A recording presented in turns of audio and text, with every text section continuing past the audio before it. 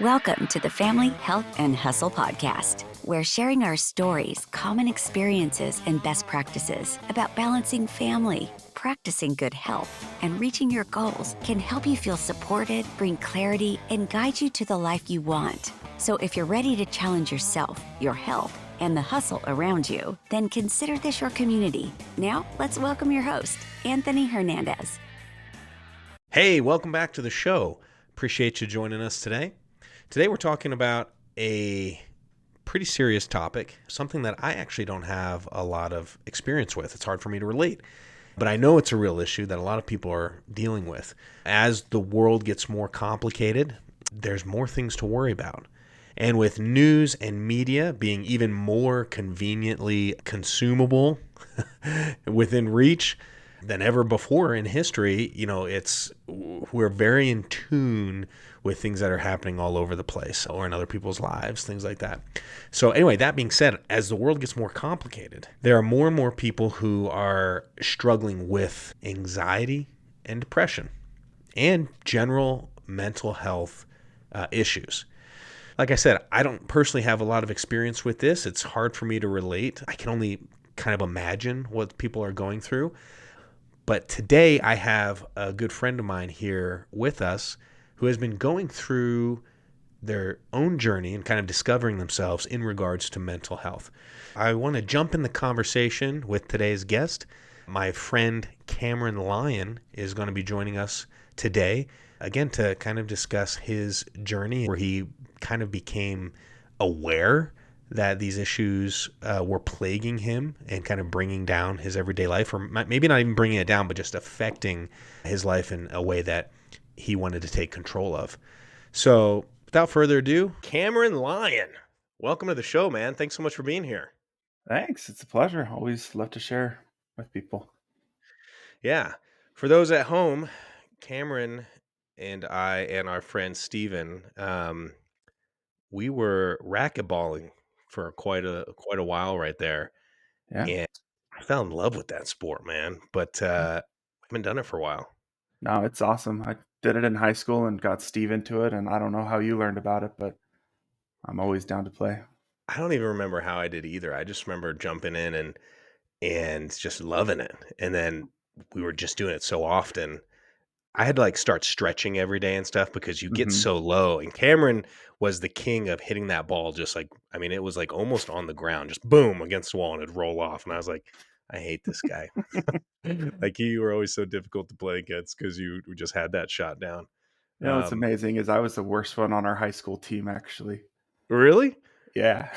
Oh, that's crazy. I didn't even know we had a racquetball team in high school. That's the crazy part. I knew we had tennis, tennis, Mm-hmm. baseball, football. I didn't even know we had a racquetball because I don't know if I would have done it, but I don't know if I had that, if I'd experienced it at that point, if I would have loved it or Yeah. not. I only knew about it because my brother went to college and he fell in love with it there. But our team actually went to nationals. We went to St. Louis. Oh, really? Yeah. Dang. While you were on it? Yeah. Oh, okay. I didn't know if you were like, yeah, 10 years later, that's when they went. No, that's No, our inaugural year, we had a really, really freaking good player, and he just carried us all. dang, Like, man. That's the rest of us got, like, out in, like, the first couple rounds, but he, like, made it to the finals and I don't know if he won, I don't remember, but yeah. I think racquetball is like, it's kind of like a sport. I don't want to compare it to soccer or football, but it's like, there's some sports that are stop, go.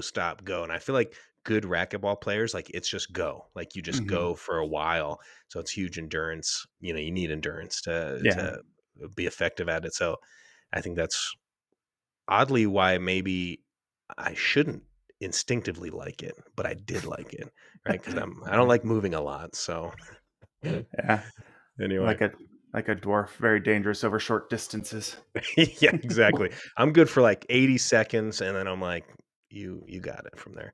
Anyway, we got to get back into that. My back's killing me though, so I got to start stretching again before we do that. But we need to get Steven and jump back in there. So anyway, my friends are home. We're not here to talk about racquetball today, but we can. I love it. But Cameron is here on the show because he's had some unique experiences stemming from the last few years, I think, that will relate to our audience at home. But before we jump into that, let's learn a little bit about Cameron. Let's hear a little bit about his background, some of the goals he's had growing up, and then kind of where he's at right now with his family and different things. Give us a little background so the audience at home can get to know you a little bit. Yeah. So I ain't gonna give you the year I was born. I'm not gonna dox myself. But uh, lived in West Jordan, grew up. I had an amazing family, super nice. Just very lucky, very blessed in that regard. My parents, they brought themselves from out of the lower class, from out of abusive parents, and raised kids without having to be abusive. Like, we didn't even get spanked. My mom was very against that, and I was just very lucky to get that rearing from them.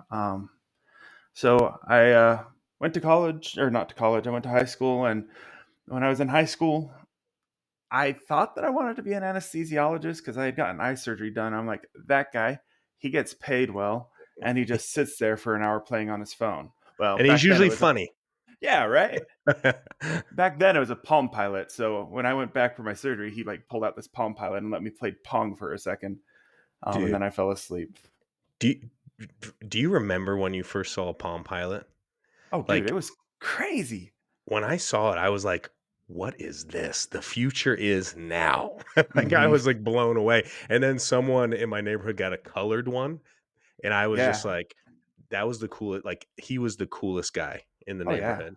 Oh, I thought this anesthesiologist was rich was because he had a Palm Pilot and he was letting a kid play with it. Yeah, right. He didn't even care if you dropped it or Yeah. whatever. Yeah, that man, Palm Pilots. Anyway, go ahead. Yeah. So, okay. So you were thinking about being an anesthesiologist.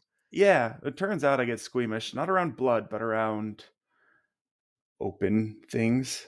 Uh, So that didn't really mesh well with the needs of learning about biology and all that because I yeah. don't like looking at pictures of organs and, ugh, and heebies just thinking about it.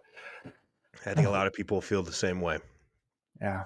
So found out that was a bad idea. But the one thing that I've had constant since, I don't know, I was in elementary school was that I knew I wanted to get married and have kids. I was like Michael Scott. I just wanted to get married, have kids. That was really the biggest thing that I wanted. So a lot of my hobbies and a lot of my things I did kind of oriented around becoming sociable and meeting people. And so I don't know if you remember this, Anthony, but in high school, I was super into dance and I was ballroom Oh, yeah. dancing. I was doing all that stuff. And, I was all about socializing, which leads into my next point. That's how I met my wife, was by ballroom dancing.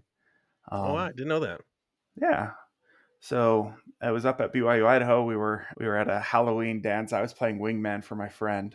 Had this girl in one of his classes he was super interested in, and she had a friend with her, and so he's like, "Hey, be my wingman." We went up.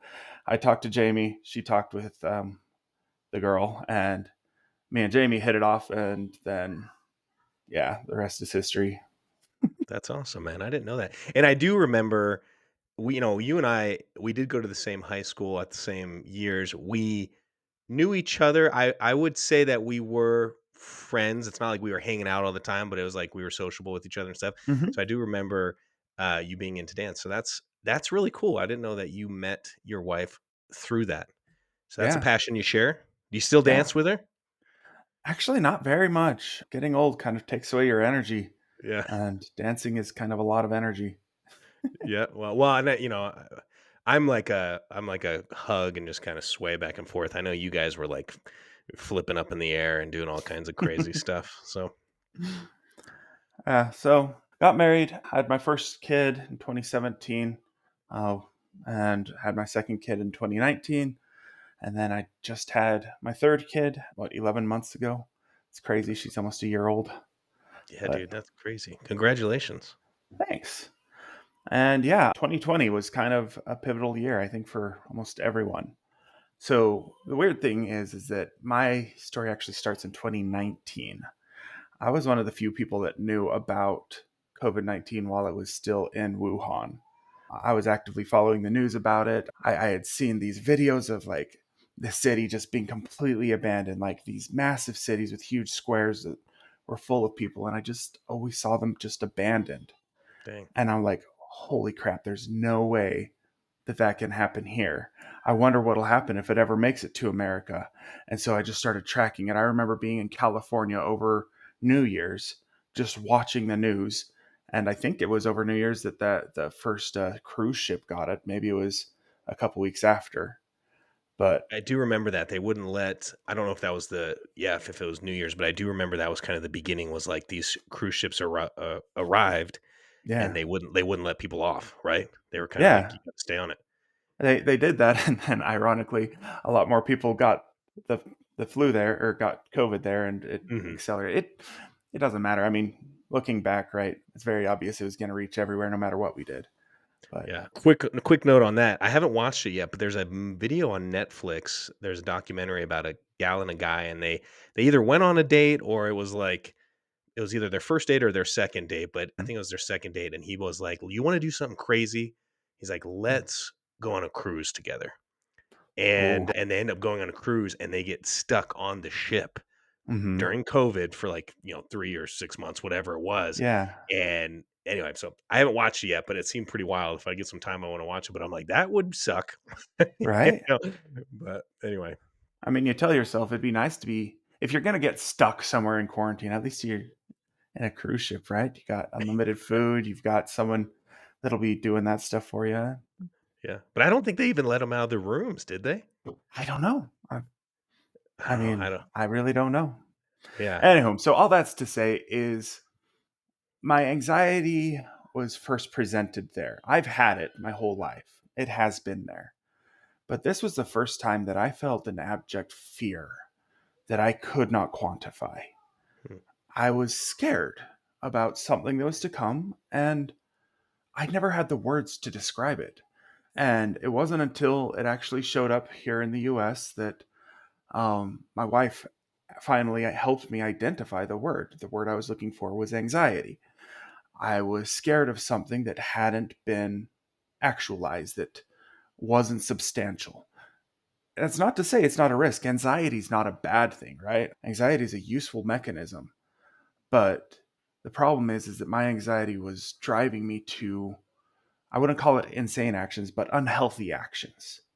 So I was like going online every day, sometimes multiple times a day, looking at all the numbers in Utah, seeing how it was going, watching every story about an outbreak, trying to track it. And I was just honed in on this fear of mine of this pandemic, right?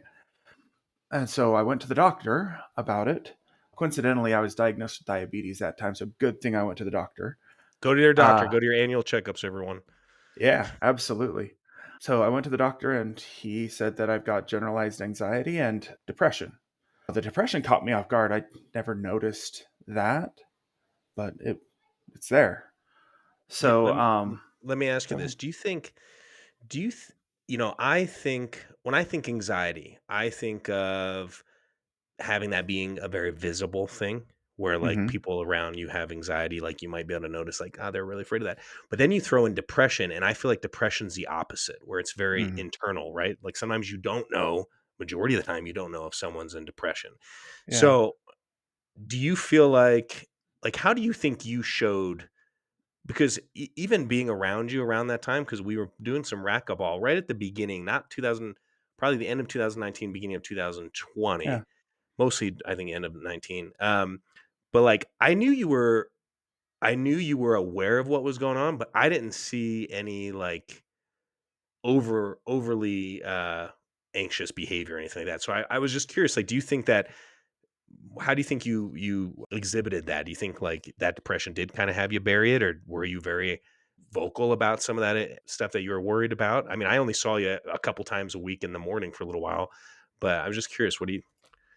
I mean, it presented in different ways, like on social media specifically. That was the year that I decided to cut ties with social media. I was done with Facebook and I only use it now Mhm, as a way to message my friends. But social media was the easiest place for me to get that out. It's where I could put my voice out and frankly mhm, have it not matter. As for like individual interactions, I kind of would hide it, frankly. Once again, I didn't have a word at that time to recognize it. So I was just trying to hide the things that made me different, what felt different. mhm, Um, like I would doom scroll. I would go in and do a bunch of this research and I'd be scared out of my mind. But I'd have this voice in the back of my head saying, no, you're not allowed to be scared. You're I'm not going to go as far as to say that it's just because you're a man, but that's what my voice was saying, is that you're a man. You're not allowed to be scared. You need to be strong. It's not right for you to be scared of anything. And so I just had this in me that even if I was scared, no one's allowed to see it. That's putting too much pressure on them. That's taking my emotions and shoving it at you, is what I thought. So no, I don't think I presented as actively as I could have. And that, like you said, maybe that's not a depression, wasn't a sign of depression, but maybe that was just a sign of cultural norms, right? Like we're kind of taught Yeah. as men, like I mean, there are a segment of men that are very emotional, Hmm. and then there's like a large percentage, I would probably say the majority, that are like, don't let anyone see you cry, Yeah. right? That kind of thing. And so you're maybe falling into more of that of, I can't show people I'm scared. I'm not supposed to be scared. Yeah. And the irony is that the want of hiding my fear is actually a fear-based reaction. It's how I coped with being scared, is that I would hide it. Like if I wasn't scared, I would have nothing to hide. If I wasn't scared about what people would think, if I wasn't anxious about that feeling, you guys would have known that I was scared of COVID. I would have used those words because I was, but no way was I going to open up to most people and use those words. It's a scary idea to put your emotions out there. So going back to the timeline here, got diagnosed, got myself put on some fluoxetine, some medicine for it, and then from there, my doctor recommended I talk to a therapist. I tried it. I went to a therapist, and you know what? He and I didn't click. And at this time, I knew very little about therapy. And I thought that that was just a me problem. And I'm like, all right, well, therapy doesn't work for me. So I Hmm. stopped. I stopped looking. And then about a year later, I was having issues at work and a lot of stress coming up. All right, I need to talk to a therapist. I've got a lot of stress going on. I need to have someone to help me out because I don't know. So I went and found another one. She didn't click. And so once again, I kept to that mindset, like this is just how it is. Like I can't get therapy. It doesn't work for me, you know? Hmm. Um, so I just went on, and I went on for a couple more years, and it wasn't until 2023 I was reading a book by Renee Brown. It's called Dare to Lead. It's a really, really good book, and it's not just about people who want to be, actual people leaders in a company. It's about how to lead from a position of vulnerability. So most people, like I've just said about expressing this fear, they view your emotions as being something that you shouldn't share, that it's something that alienates you. Most of our emotions are actually social constructs, and they're built Programs. to, yeah, they're built to help us interact with people. Like if you see an Inside Out 1, like the whole Hmm. point of, well, that I got out of it, it's art, so everyone gets, whatever they get out of Yeah. it. But what I get out of that is the whole point of sadness was so that you could connect with people, because no one wants to feel sad, but that's the reality, is that you do. So yeah, just bogged down with all these emotions. And here comes this book that says, you know what? Being vulnerable is a way that you can be strong. If you are vulnerable, you can make better and deeper connections with people. If you are vulnerable, you can have honest conversations that aren't charged with emotion. And then there was a line in here, though, that really caught me off. It said that me and my team has identified 30 different emotions. And at this point, I was like, hold up. I know maybe 5 emotions at this point. I can name all the main characters in Inside Out, and that was about all I could do. I don't even know if I could name that many, but yeah, that's 30. That's quite a bit. Yeah, I would not have anticipated that. she said that. And I was just like, all right, well, this is very obvious. I don't know what I'm talking about. And that was kind of the moment that changed, is that I realized, because I'm a cocky individual. I tend to think that I What? know a lot more than people. Yeah, right. Who'd have thought? No. No, not me. So I tend to think that I know more than people, and I tend to think that I know a lot. I do put a lot of effort into learning, but that's a very cocky perspective that I had. But I read that, I'm like, oh crap, I've got 30 emotions. I can name five, and one of them just encapsulates bad, which is all the emotions that I don't like. So yeah, I realized I needed help. So I went to a website, Psychology Today, and I started doing research on therapists. The last two times, what I did was I went onto my insurance's website and like, hey, um, I need therapy. It just gave me a place that had open bookings. Well, it turns out they had open bookings because this one person was into what is it when you mesmerize people? Hypnotism. Hypnotherapy. Yeah, Yeah. exactly. And so this person was doing hypnotherapy. Not bad. Doesn't work for me. I can't get into hypnosis. I am not suggestible. So, Me there neither, was by the just way. some, yeah, it's interesting. But yeah, it's, so I got on there and I started doing research, and I did research actually for months, and I was terrified to take that first step. I'd already went through two people, and I'd tell myself like, is this even going to amount to anything? What good could a therapist do? I met two of them and they didn't even help me at all. They didn't give me any tools. They didn't tell me what I was feeling. I just talked to them for an hour and then they let me go. And how does that help? What the heck? It was confusing. Yeah, I think So a lot of go people ahead. don't realize, and would you agree, like therapy is a very, I mean, it's very, I don't want to say intimate, but it's, I mean, it's very raw. You're sharing emotions and Mm-hmm. stuff. And so if you have someone that's not on the same frequency as you, I'll just use that term, Mm-hmm. it's, you know, yeah, it just feels like you're just talking at someone. All right. I've mentioned in past episodes, I've done just preventative or proactive, like marriage counseling or Mm-hmm. therapy and stuff like that, and we've been to some seminars or things like that. And there's some people that are just like, I'm like, I could really open up and talk to this person and they understand me. And then there's other people Yeah. where I'm like talking to them and I'm like, I just don't know if, like, I'm not feeling it, right? Mm-hmm. I'm not getting anything from it. So I think a lot of people don't realize that it's not just show up in front of a stranger. And I would do what you would had done, is just gone to my insurance website and been like, who's open? Like, Mm-hmm. I'll just do that. Not realizing that it's more of cohesive than that, I guess. Yeah. It's a lot more involved. Um, because you're absolutely right. You have to be vulnerable in therapy, otherwise it's not going to work. And like at the time, if you asked me, I would tell you that I was a very open individual. Ask me anything, I would tell you. I wasn't afraid of telling you what was going on. I was afraid of telling you what I felt.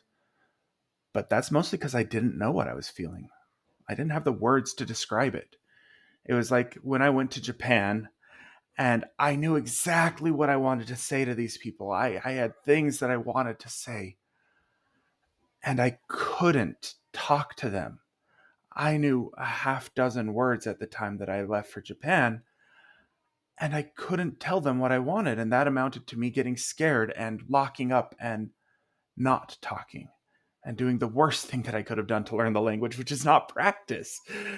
Um, and yeah, it's just, I was out of words to describe what I needed. So this time, when I went to therapy, I had an actual goal in mind. I had something I wanted to understand, which is, what are my emotions? What are they?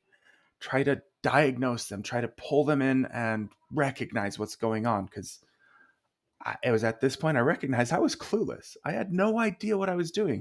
It was like I was back on the streets in Japan. I just no idea what to do.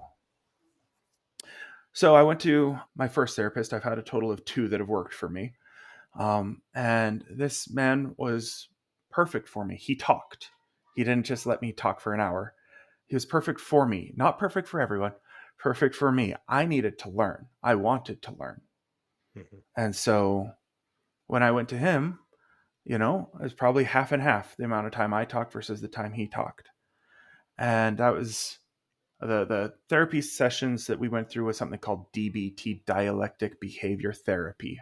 And from what I understand, I'm not a psychiatrist or a therapist. I've only done base research. So, I'm like at the far left of the people who, don't know anything but think that they know a lot. Um, Know enough to be dangerous, but don't yeah, know exactly. too much, right? Yeah. Yeah. So my understanding of dialectic therapy, mind you, it's curated towards you. All of the stuff that you learn is stuff that will help you. Cognitive behavior therapy, dialectic, it's all, if you got a good therapist, it's all twisted into the direction that'll fit you. It's really handy. So with the dialectic behavior therapy, the DBT therapy, the first thing that I had to learn was about mindfulness. Now, I've heard that word a lot thrown out there. And when I did a couple activities earlier in my life, I tried it. It was always very similar to meditation, which Hmm. was about clearing your mind, finding peace in your body, and recognizing the physical sensations you're feeling while you are in that state, and use that to kind of step out of the moment and be there. At least that's my understanding of what I learned about meditation, which also I believe there's multiple kinds of meditation, so very And narrow-minded there. no, and I feel like when we were younger, like I never heard anyone talk about this stuff. Now, maybe it's a just culture and signs of the times type thing. Like just so many people talk about mindfulness and safe Hmm. spaces and all this stuff. And sometimes I'm like, and it's there's a transition of even trying to understand that because like you Yeah. said, being programmed a certain way in a different time, and then now entering this time where that's widely accepted. It's people are showing benefits of it, all this stuff. And I'm sitting there going, what? Hmm. Like this is okay. I'll try this thing, you know what I mean, or whatever. And that was its own transition, at least for me and maybe for you as well. Just trying to accept that something as simple as this, something as some quiet time, trying to filter out your thoughts is really good for your mental state. Hmm. Yeah, it's phenomenal. So I my therapist brought up mindfulness. I'm like, oh yeah, I've done meditation before. He's like, well, hold up. Meditation is the opposite of mindfulness. Hmm. Mindfulness, you're supposed to be in the moment. You're supposed to recognize not only how you feel, what you're doing, what you're thinking. You're supposed to step in within the moment. You're not supposed to separate. You can do this while driving. You can do this while talking. You can do this literally anywhere. The idea of mindfulness is to just sit back and recognize the actual feelings, both physical and emotional, that you're feeling. And that made no sense to me. That was confusing. That was so confusing. When you were just saying that, I'm like, maybe I don't know anything about some of the stuff I'm talking about. Who does? That's the best part, is that we don't know, and that Yeah. it's a chance for us to learn. So that first session, it was nice. He talked to me. He taught me some stuff, but it wasn't until the second session that he came. He's like, "How's your mindfulness going?" And I'm like, "I have no idea what you're talking about, dude." So for our therapy, we ditched the room. He's like, "Hey, just go on a walk with me." And we went out, started walking down the road, and he's like, "All right, well, let's be mindful here. Just think about what you're feeling, what you're doing.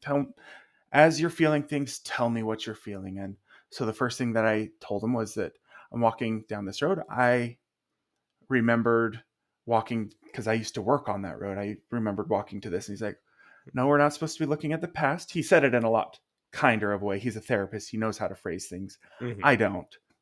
So the phrasing is wrong. He said it a lot gentler. But no, we're not supposed to be thinking about the past. You're supposed to be thinking about right now. So don't get nostalgic. Don't try to remember past events. Don't try to think about the future. Think about now. I'm like, all right, well, I hear the traffic going by.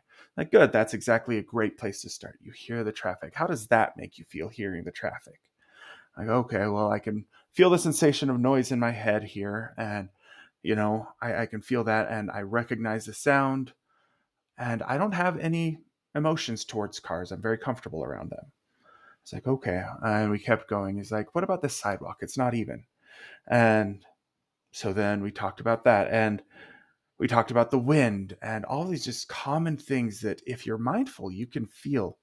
Like, I can literally feel my hand in two ways. If I grab my right hand and touch my left hand, I can both feel it in my right hand and I can feel it in my left hand. And they feel different. But usually, when we grab our hands or touch our hands together, we don't feel anything. We're just used to it. This is what I'm supposed to do. I can touch my hand and not feel anything. But we stepped into the moment and stepped into my body. And we recognized what was actually happening. And that was the foundation of mindfulness. We spent weeks and weeks practicing it. It was at the point that, 2 months in, that we got comfortable with mindfulness, and we started transitioning to some more steps in DBT. But that idea of mindfulness was just a game changer of being able to step into the moment and recognize that I was feeling a lot more than I was willing to admit. So the other things that we talked about within DBT was that we have this idea of an emotional mind and a logical mind. And the goal of DBT is to combine the two ideas into one, which he calls the wise mind, and to not try to keep them separated. Your emotions are not separate, to duck away and to cover your ear, something like that, right? You have an instinct built up. You have an instinct built up to some sort of stimulus, which you've been trained throughout your life. So loud noises, as a baseball player, I'm trained to raise my hand and stare at look for a ball, look for something, right? That's an instinct that I have. I hear a noise of a bat, I immediately look, try to find it. And that's a physical instinct that we've learned.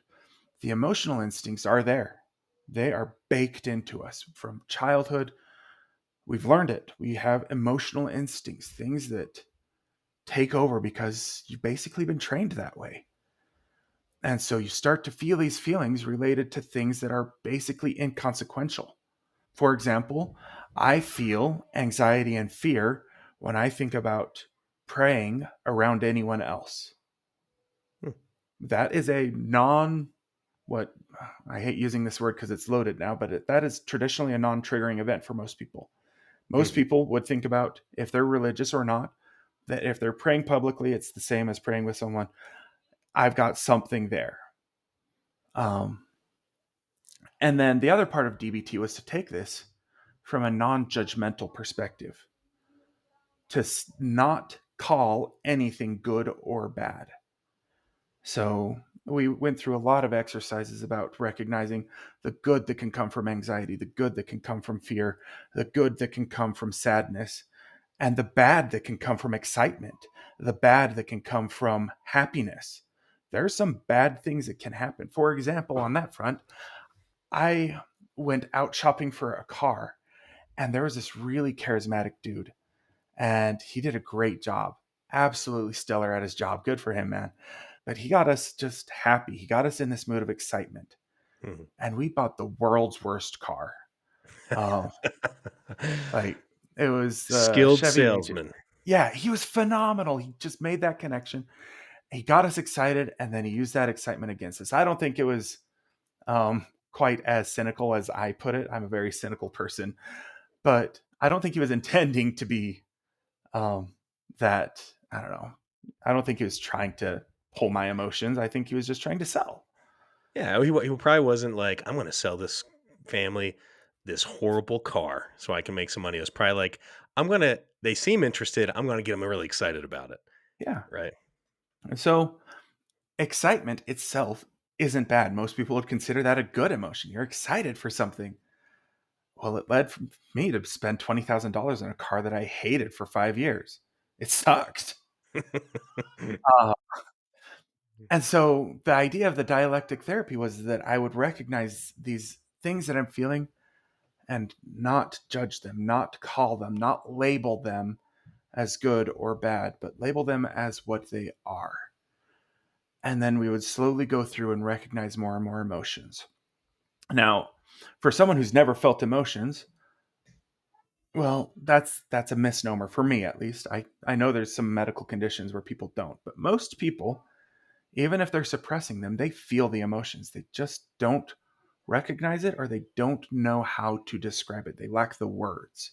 It's like me being on the streets in Japan and knowing a dozen words and trying to make conversation. It just doesn't work without that foundational knowledge, without that emotional literacy, for you to be able to start having those conversations with yourself. Do you, And that let, was let, huge. let me ask you this. Do you Yeah. think, so mindfulness, now that you've described it to us, which is a great explanation that I would not have thought of. I was in the camp of thinking mindfulness and meditation were similar. Yeah. Do you think being mindfulness and really spending time to try to identify the things you feel helps to, let's see, how can I phrase this question? Based on what you were Mhm. just saying, like, do you feel like that has helped you identify feelings that you're having and then almost be able to like find the root cause of it, right? Like if I'm scared about something, like you're saying, like I don't Mhm. even know how to explain it sometimes, but if you spend time just trying to sit there and think, okay, I put the scared part away, like what are the other things I'm feeling or the environment I'm in? How Mhm. does that affect this emotion and what could be causing it? Am I making Yeah. sense? Is that No, it so makes you're perfect sense. Like, mindfulness is a mechanism for you to understand your emotions and understand what you're feeling.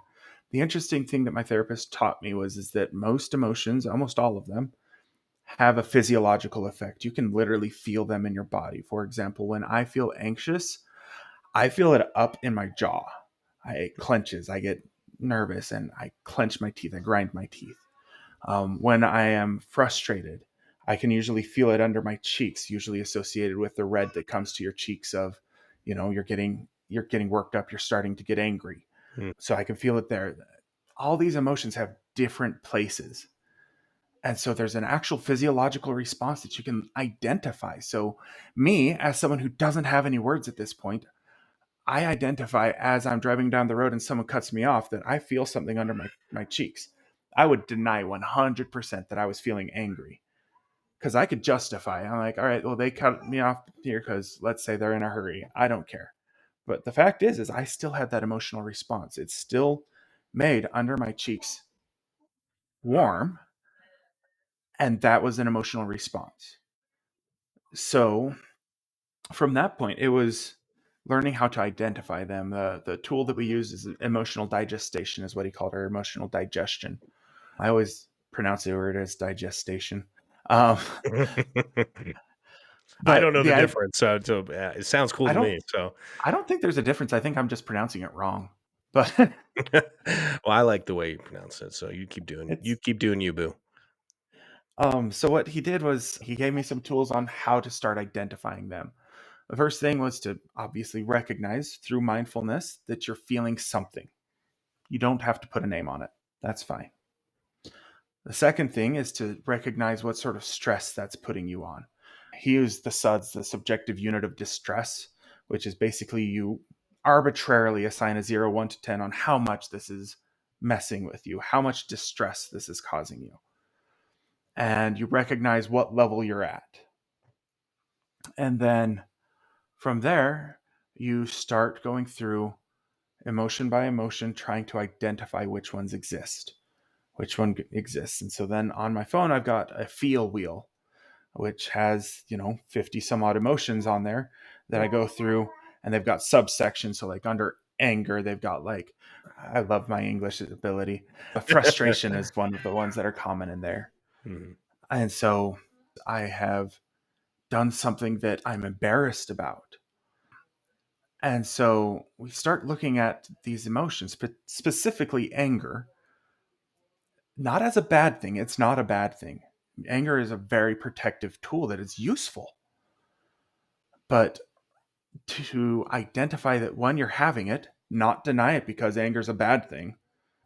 You identify your anger and then you just sit with it. You feel it. I am angry because so and so, because my son talked over me.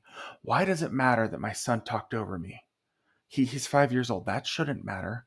He talked over me because I am scared that I'm emotionally scared that my words don't matter. Okay, I'm feeling scared. Scared is the root cause of this bout of anger. And so then I can sit with that feeling. And that's the thing about that is I'm not trying to change my anger. I'm not trying to change my fear.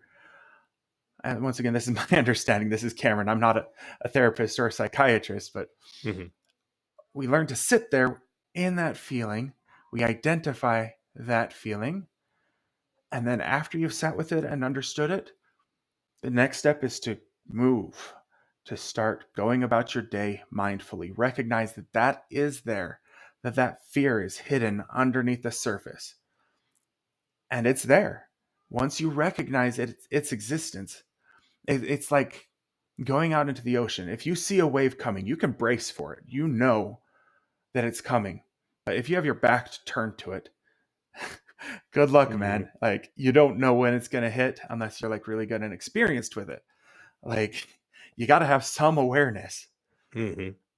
And yeah, it's so much easier to sit with your uncomfortable emotions once you have the knowledge of what it is you're looking for. Well, and I love what you're saying too, because essentially what you're saying is like certain emotions are, for lack of better terminology, and maybe you would know this better than I do, is they're secondary emotions. They Hmm. are something else is triggering, right? It's like you said, anger. Anger isn't always necessarily a bad thing, but Hmm. I think in certain situations, maybe it's not what we want to happen, right? Like you said, Hmm. I might get angry at my son or my daughter for doing something, and then later on I'll feel bad and be like, why did I get so angry about that? You know what I Yeah. mean? But maybe, like you said, there's a subset, there's some kind of emotion underneath it, like I'm angry because I got embarrassed. Okay, well, why Hmm. did I get embarrassed? Well, because of this or this or this. And if you identify those emotions and those issues, you might be able to remedy anger in that certain scenario, right? Like again, anger is not bad in certain scenarios, but maybe there's a scenario or a situation where you don't want to feel angry, and being angry was unpleasant. Identify the things that are underneath, and maybe there's a solution there. So if you Oh, yeah. solve that, like you said, feeling like your words weren't meaningful to your son, maybe that's some like an insecurity or whatever. And then, Yeah. you address that. And now all of a sudden it's like, well, now that's something I don't have to get mad about because I've addressed that underlying issue. Yeah, exactly. I mean, me getting mad at my son because he was talking over me was a stupid thing, frankly, but it's something that I legitimately felt. I was angry about it. And so my instinct was to yell at him. I was upset that he talked over me. And so, how do I regain control? How do I regain some sort of normalcy? Well, I snap at him. I don't actually yell at my full voice. I've never screamed at my children, but I use that parenting stern voice and Yeah. um, My and wife scare loves him, that, by the basically. way. When Yeah. I go into my deep voice, she's like, "Oh yeah, daddy's home," and I'm like, "Get in your room." Anyway. Yeah, so I was using anger as a way to influence my son, and I wasn't addressing the underlying cause. I wasn't looking for an underlying cause. I felt angry because my son did this, and so I addressed this. But the fact is that this actually comes from the fact that when I was so and so, I learned that being talked over is disrespectful, and I felt disrespected. Or when I was, I don't know, just you're taught these behaviors. It's like learning to hear that sound of a baseball bat hitting with a ball, where once you hear that, you know what to do. Mhm. We're taught that emotionally and naturally. And we just, we respond. That's the truth of it, is no matter what. When I had the same response when I was, what, a teenager, as when I was a 25-year-old, as when I am now, to the same stimulus. I still have my natural emotional instinct. And it happens just because some sort of input happens. It's just like hearing that sound and looking for something, or in most people's case, hearing a sound, ducking and covering. Or there's lots of these things that we have naturally. Like if you're fumbling your keys, you naturally try to grab it because you've gotten used to the idea, oh, well, if it's falling, it's going to drop on the ground and I'm going to have to catch or go and bend it down. If I catch it, I stop that. I can Mhm. stop the problem in advance. So you build up that instinct so that you're not even mindfully doing this. You don't mean to catch it. You have the instinct. You drop it, you need to catch it. And that's what's happening with our emotions. You have these instincts built in where you see something, stimulus comes in, and your body responds with an emotional response. And you can't control that. That's just how it is. Your body responds. It is your body. I can't stop myself from feeling when I feel my hand. I can't stop myself from my instincts unless I recognize what my instincts are and address the underlying cause. If I just ignore them, the instincts are there, but I'm just getting more and more things that I've got to control. I'm not just controlling my ability to look at a ball. I'm not just controlling my ability to keep my hand holding onto keys. I'm controlling my ability to not stop myself from feeling the emotion, but stop myself from responding in a way that I don't want. Anger isn't a bad thing, but yelling at my son is. He does not deserve to be yelled at. He is 5. He is wonderful, the sweetest boy in the world. He does not deserve to be yelled at. And so I'm still angry. That's a fact. But I can choose to do other things because I've identified not only that I'm feeling angry, but there's an underlying cause that I that's happening here and that I can start to work on. Well, I think the key word that you mentioned there too is control, right? Mm-hmm. Emotions aren't bad, but you should be able to recognize if they are, I don't even want to say out of control, but if they're further out of a certain realm than you would like them to be, right? And I think Yeah. this is when we connected on this your journey, your experiences, what I loved is this is becoming something that's so, it's not going away. People, Oh, depression rates are growing, anxiety rates are growing, and just even things that necessarily we don't maybe have statistics on or numbers on, like anger or different things, like we as people, as imperfect, organic, matter beings, whatever you want to call it, we are, if we don't keep things in check, they'll lose control. And the problem with losing control of those emotions is they could have a physical effect on you. Like you were saying, like it could wear you down physically, it could wear people down around you physically. I want to ask you real quick about anxiety. And you yeah. mentioned earlier in the conversation that you didn't even know how to describe it. You didn't Yeah. even know, maybe, did you know you had anxiety, or was No, that one? Yeah, I was gonna say. So I knew how the do word. you? My wife has had anxiety and panic attacks. I know the word. I've seen it in other people, but I never identified it in myself. So now, having spent so much time doing the mindfulness practices and activities, if you could, how do you put that into words? Suffering from anxiety that might be relatable to people that are listening, that maybe they don't even think they have anxiety, but they're worried about things. They're to the point where they're emotionally and physically getting worn down, and having to consider, like, maybe I'm not keeping certain emotions in check, and this is now rolling into something that, like anxiety. Yeah, it's hard to just I can describe my physiological feeling. I can describe how I recognize it, but it's different for everyone. It Everyone feels everything differently. Hmm. Some people respond to sadness a lot stronger than others. Some people respond to fear a lot different. It's very much a you thing and it's very much subjective. But for me, when I am feeling anxious, I usually have this underlying sense of worry of a problem that I need to solve without there being a problem. I see that my wife is upset. I try to remedy that by being extra nice or by doing some chores or doing something to lighten her day. Well, that's not a bad thing, but that is anxiety letting me recognize she's feeling something and I am worried about her. I want to address it. The problem is that she might actually be upset because one of her friends from high school died or something completely unrelated to you and Hmm. unrelated to the now. She could just be sad. So anxiety, it drives you to action, which is why it's a good thing. If you have anxiety, that means that you can plan in advance. That means you can step up and you can start doing things. You can plan. You can see problems before they get to you. There's a lot of cool things that come from it. But there's this overpowering fear that just you need to take action. You need to do something. But you can't because they're non substantiated threats. Like in 2019, COVID was coming. I knew it. I knew it before most people. What can I do about it? Realistically, nothing. I can't. I cannot do anything about it. But what I would tell myself in those moments with anxiety was that, well, what I can do is I can learn. I can be ready. I can learn what's going on. I can learn what sort of things they're having to do so that when it comes here, I can know what to expect. I can prepare in advance because I'm scared of what's going to happen in the future.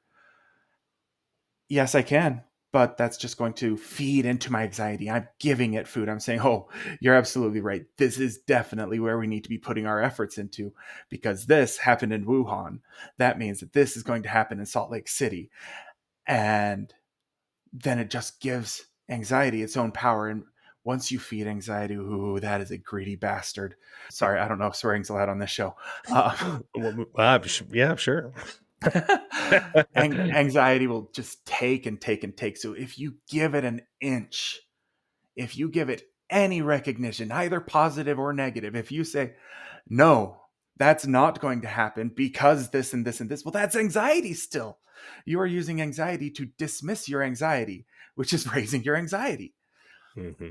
You admit that it's or you don't admit that. If you say, yes, that could happen, I need to do this and this and this, well, your anxiety is feeding your anxiety. Well, what do you do in that situation? You're damned if you do, you're damned if you don't. Mm-hmm. Well, you need to be mindful. You need to step back and say, yes, I might not. I don't know. Is that happening now? Does that affect me? Is there something I can actually do that will help? And be honest. If you're being honest with yourself, you'll identify half the stuff I'm doing. That's not going to help. I don't need to know about the hospital in Wuhan that had this, and I don't have to see the quarantine set up. I don't have to see how people get meals delivered. I don't have to see how you get groceries. That Mm-hmm. doesn't help. I mean, watching all that wouldn't have prepared me for the toilet paper outage. Like, And nothing you can do. yeah, first of all, where did that come from? Toilet paper outage, and then like anything since toilet paper is the first to go. Like this dock strike that happened a couple months ago. Like I went to Costco, toilet paper gone. I was like, I don't understand why this is such a hot commodity. Anyway, I digress. But no, continue. Yeah, so that was really the hardest thing for me, was disengaging for it. And I'm not done. This is a journey. I don't mean to come here and say that I've finished my journey. I'm healed. Hallelujah. No more anxiety. No, that is an actual emotion. Our goal has not been to kill anxiety. Our goal has been to take control of your actions. I cannot control what I'm feeling emotionally, but I can control how I respond to it. I can control what I do with that information. And I do know now that if I doom scroll, or if I doom scroll the other way of it not being a threat, well, I'm still doom scrolling. I am affecting myself negatively because of my anxiety. And so that's kind of where I'm seeing it right now. Mind you, in a year, I'm probably going to look back and like, oh, Cameron, you were such a dumbass last year. You couldn't figure anything out. But I am where I am. I'm a part of my journey, and I'm moving where I want to be. I'm moving in a direction where I feel like I have a more understanding of myself. And that's the point where I got to with this therapist, that I decided that I've learned what I needed to with DBT. We went through for like a year together. Mhm. And I felt like I've learned all the tools. I was practicing all the tools. We were meeting once a month because it was effective already. Things were going great. I was still feeling anxiety, still feeling depressed. But yeah, it's just, I felt like I had gotten what I needed out of him. So I started looking for a different psychiatrist or a different therapist.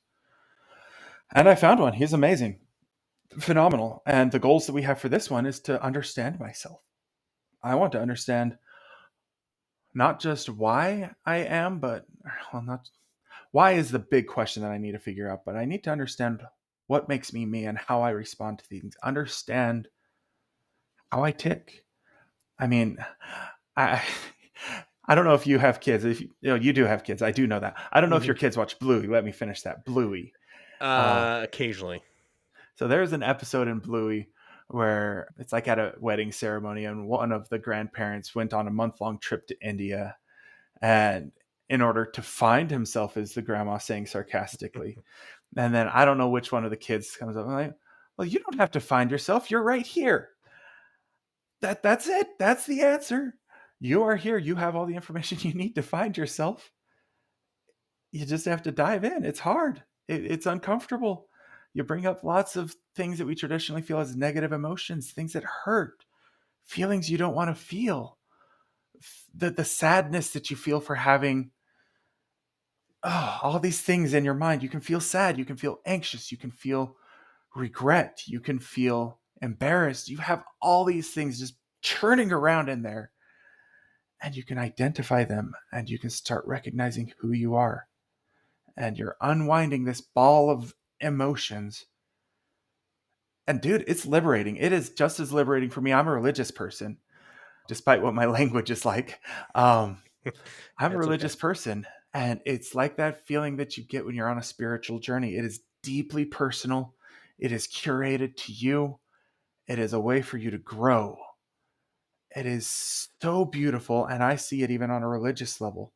And there's some religious stuff we could get into, but I don't think this is a religious podcast, so I'm not going to go into that sort of stuff. But your emotions are deeply connected to your soul, and there is an emotional journey that is tied to your spiritual journey.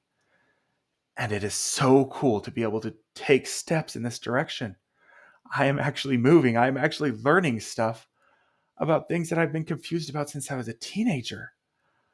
I mean, it's so cool to get to move on this stuff. Well, I love seeing your enthusiasm. And I think, again, to point out what you're saying about on the religious journey, religious, non religious, when you do hard things, there's usually joy at the end of them when you accomplish something difficult, right? And Yeah. like you said, when you're looking inward, it's not going to be pretty. And the unpleasant part is recognizing your faults, right? The things that you don't do well, right? It's easy It's to one of sit them, here. definitely. Yeah, I mean, it's easy to be like, I'm great at this or I'm great at this. But when you sit down and go, this is something I'm really bad at that I need to work on, I think that's where the unpleasant part is. But that unpleasant part leads to a greater joy like you're experiencing. You're doing the work, you're recognizing shortcomings, trying to adjust things, you're recognizing strengths, and it's helping you, I think, become more balanced in your emotional journey, right? Would I be wrong or correct No, in that's saying that? that's an accurate word. I mean, I don't always, most of the time, 99% of the time, I do not feel joy when I am in the moment in the trenches trying to understand myself. You do not feel joy while you are going through the history of, well, I thought that this person should get uh, the bad case of COVID because they're a denier and they don't believe it exists and Oh, they got COVID. So I want them to have a bad feeling about it. That Schadenfreude that I'm feeling. That's uncomfortable to address that. That hmm is very uncomfortable to look back and say, I literally was thinking that I wanted someone to get hurt. What sort of pain was I in to make me on that level where I would think to hurt someone? hmm That is not what I want to be. That is not who I want to be. I don't want to hurt people. But I was in a situation where I was thinking that I wanted someone to get hurt. I didn't go out and hurt them. I didn't get COVID and then go cough on them or something. Like, I wasn't trying to hurt them. There was nothing actually malicious that I was doing, but I had to recognize, look at myself and say, you know what? I'm being a dick. That's a very rude way to look at things. That is not who I want to be. There's some justifications that people could make about it. And like I said, these emotions aren't necessarily good or bad, but I recognized a behavior that was uncomfortable that made me feel shame, deep sense of shame for feeling that. It brought me to tears when I was wrestling with that. And I still don't like that I did it. I don't beat myself up about it. And I try not to do it in the future. That's the best I can get to right now. I'm on a path. We'll see where this path leads. Well, and in your defense, Cameron, and to anyone listening, like, COVID is such a politically charged topic. So I think it's easy for someone to be like, he wanted someone to get sick just to teach him a lesson, right? But we do that in our everyday life. Oh, Someone yeah. cuts me off while I'm driving, and it's like, oh, that guy's karma's coming, right? Or Oh, whatever. yeah. You know what I mean? F Like you, dude. Like, it doesn't yeah. have to be COVID. I mean, that's one example where you notice, but like, and anyone listening at home, like, no one is innocent when it comes to that. Like, it just might be a different scenario where Yeah. they want justice to be served. They want, karma to come for Yeah. And someone. there's this And righteous anger built in there where you yeah, think you're in the right and like, oh, I'm right, therefore you're wrong. yeah. And no matter the situation, like you Oh, said, yeah. someone getting hurt or being put in a scenario, it's not a good thing to have. It's not a good want to put focus on. At least it's not who I want to be. Yeah. I don't know what you want, right? Like maybe you want to have that overzealous zealotry. If you want to be that, if that's what you want to be, that's what you want to be. But I didn't want to be mean. I didn't want to be rude to people, to think, oh, it'd be great if you got this horrible illness. I didn't want that in my life. It's deeply shameful that I did it, but I did it and I naturally did it, but now I can address it. If you're not aware of a problem, you can't address it. If you Mhm. don't learn, if you are clueless about these waves that are coming at you, you're just going to get swept away. You don't have a choice. These emotions happen. You are who you are. Denying it is not going to help. Me in 2020, I could say I have not been diagnosed with diabetes, therefore I don't have diabetes. That is a lie. Mhm. I had diabetes. I did not have a diagnosis of diabetes because I wasn't aware of it. That doesn't change my A1C. That doesn't change my blood sugar levels. That doesn't change that I really like to eat pie. It doesn't change anything like that. But me having a word to describe what's happening to me, labeling it, lets me put it into perspective of the dangers that I'm running against. Lets me put it into perspective of the steps that I can take to address it. It puts it all into perspective. And now that I have this, I can do something. I can do something that's not just yelling at my son to get him to shut up. It is, I can address the insecurity that I'm feeling. And that's beautiful. It sucks in the moment when you're feeling those feelings, but it's beautiful that you can actually see who you are and use that to make behavioral changes. I'm not trying to change my emotions. I'm trying to change my responses to these emotions. I will still feel the anger when my son talks over me. But I say in my head, I am angry. Why am I angry? Well, it's because of this thing in my past, or because I feel this way, or it's not actually angry, or maybe it is actually anger. But I can now take responsibility for my responses. And it sucks because my responses aren't perfect. They're not good. I respond poorly still. I still have that bulge of anger that comes out when we're talking about political things. I still have that bulge of fear. I still am this ball of anxiety built up. I haven't changed that. Medicine helped me take off the super outlier anxieties that put me into death spirals. But the anxiety is still there and we don't want to get rid of it. We need to live with it. And that is so tough. This has been a great conversation, Cameron, and I really appreciate you coming on. This is not an easy topic for people to eh, talk about, to share their Mm-hmm. personal experiences. So I appreciate you. I want to ask you a couple quick questions, just kind of as we Sure. start wrapping things up. But with your journey, are you finding that? Do you have like daily routines that help you kind of keep those emotions in check, or is it all within the moment? Like, have you just learned these tools where in the moment, if you have something, because maybe it doesn't happen every day, that's when you do some of this, Sure. mindfulness activities or things? Or do you wake up with like a 2 hour routine and this is what you go through and this helps you kind of ground yourself for the day? Yeah. Well, routines are basically how I function. I've got ADHD, and the way that I cope with my ADHD is to build habits. Because my habits will still happen, right? I easily forget stuff. The simplest things, I forget so much. But I've learned some mechanisms, like I can set traps for myself because I've got these habits where, all right, I know I need to remember this, so I'm going to, I don't know, something that's uncomfortable. I'm going to put my shoe on the other foot so that next time I feel that, I know I need to do this. I'm going to put my keys somewhere slightly different so I don't lose them, but so I know that they are reminding me of something else. I have habits that run my life. But as for emotional habits, building them are hard. Journaling is something that I'm trying right now. And I'm trying new things all the time. But something that's worked for me is prayer. Once again, you don't have to be religious. Mindfulness and prayer and meditation are all siblings. They could very much represent the same thing, but you go through and you non judgmentally respect what you've done and respect the emotions that you're feeling. And looking back is strong. That's awesome. I appreciate you sharing that. And daily disciplines, daily habits. I think I'm kind of similar to you. Like I have very strict morning and evening habits, and especially my morning, very, very, very set out.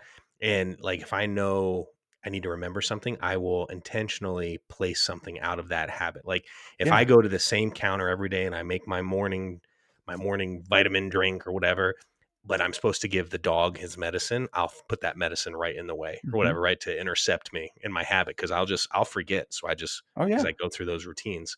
Like medication was hard for me. Fun fact, I'm not wearing my wedding ring because that's the trap that I set myself. I haven't taken my morning medicine. Oh, So when we're finished with this, I'm going to go take my medicine for the day. that's a good trick. Yeah. I wanted to ask you too this. The reason we got connected for this show is I actually put out a request in my social media network and said, "Hey, I'm looking for guests." And for those listening to the show, I'm always looking for guests, being a new show, I don't know what I don't know, and there's plenty of people I do not know. And so I'm always looking for great stories, great journeys, great experiences. But anyway, in an effort to as we were getting this second season back up and running, reached out and said, "Hey, looking for people to potentially be guests on the show." And you raised your hand. And so not only is this a tough conversation for a lot of people, but you raised your hand proactively and you said, I'm willing to share. Let's do this. And I wanted to ask why you did that.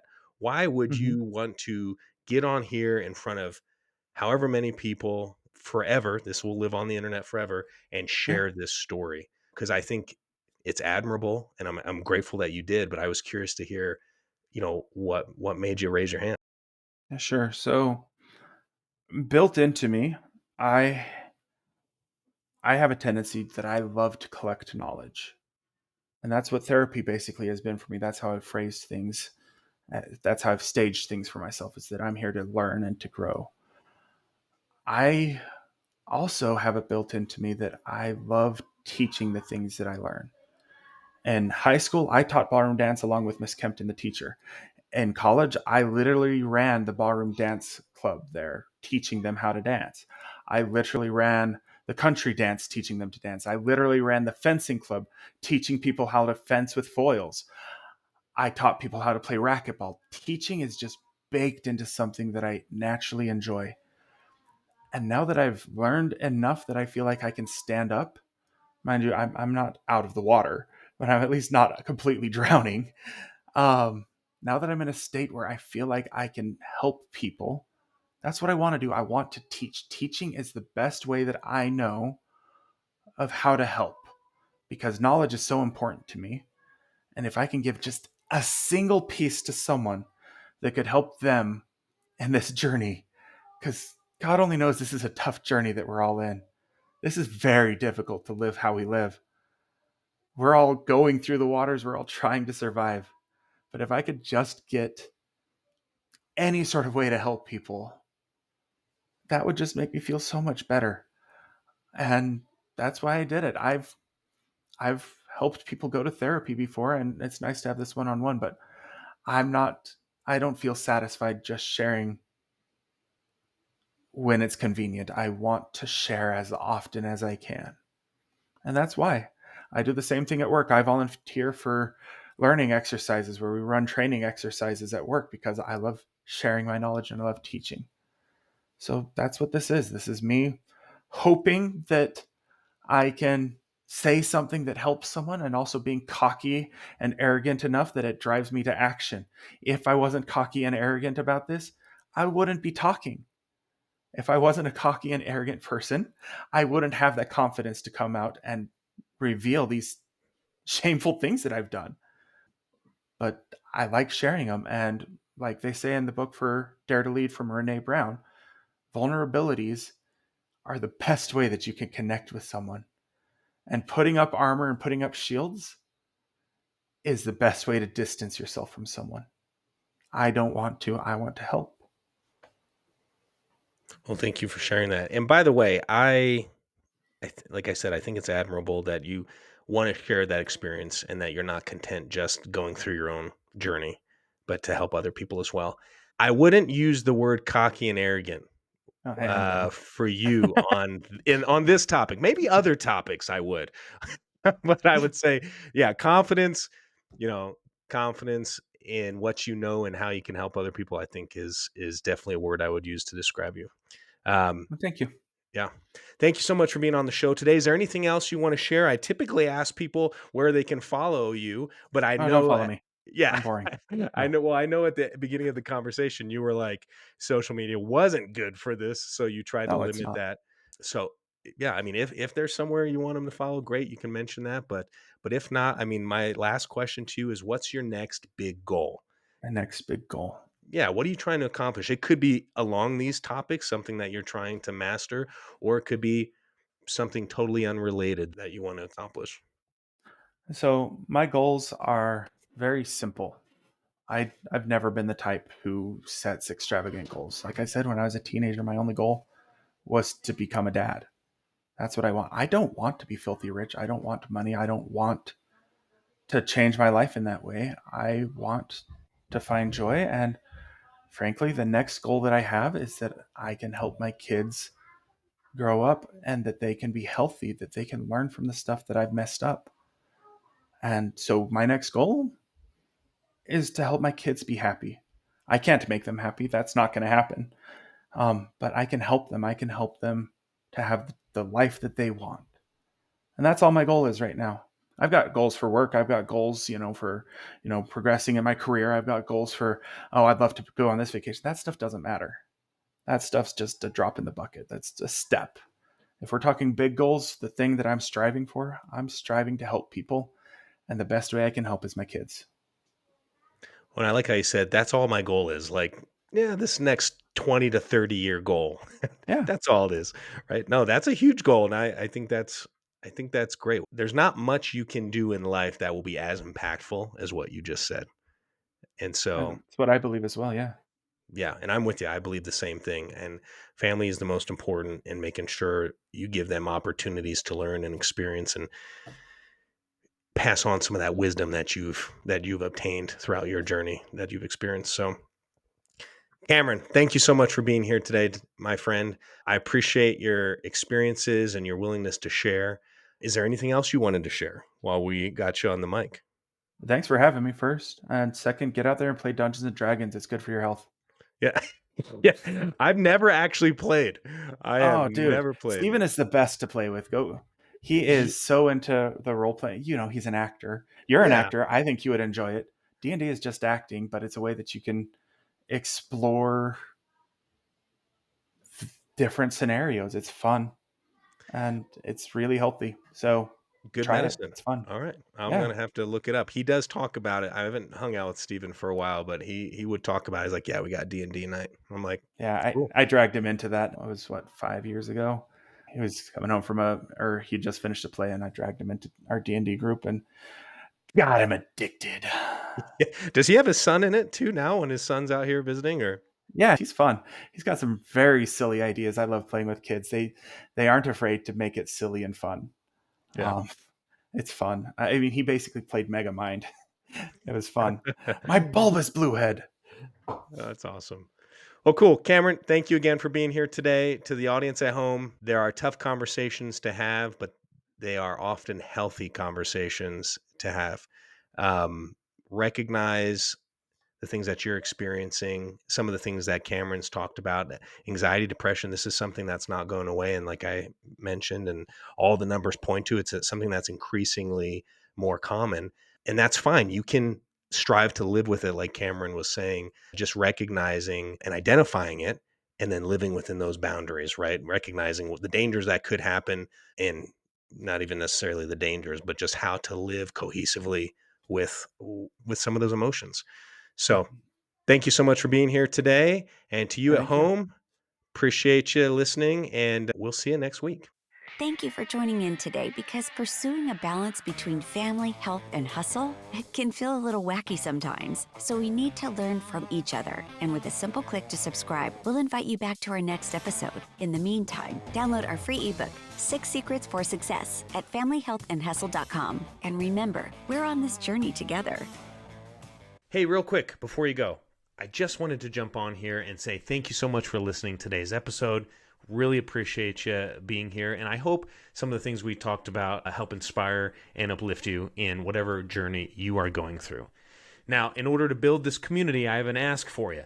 I don't know what I don't know, and so there are plenty of people out there with great stories, and I need help finding them. So I've added a new link to the website, familyhealthandhustle.com. If you scroll to the very bottom, there is a guest suggestions link. Please, if you have anyone in mind or you know someone personally that would love to share their story, their journey, how they're pursuing goals, how they're balancing life, whether it's health, whether it's a hustle, whether it's just their day job, it doesn't have to be some crazy business idea, or how they're balancing a family or different obstacles in their life, please have them go to familyhealthandhustle.com, scroll to the bottom, and select guest suggestions. Send me their information. I would love to have them on the show. So again, familyhealthandhustle.com. Thank you so much for supporting the show. I'll see you next time.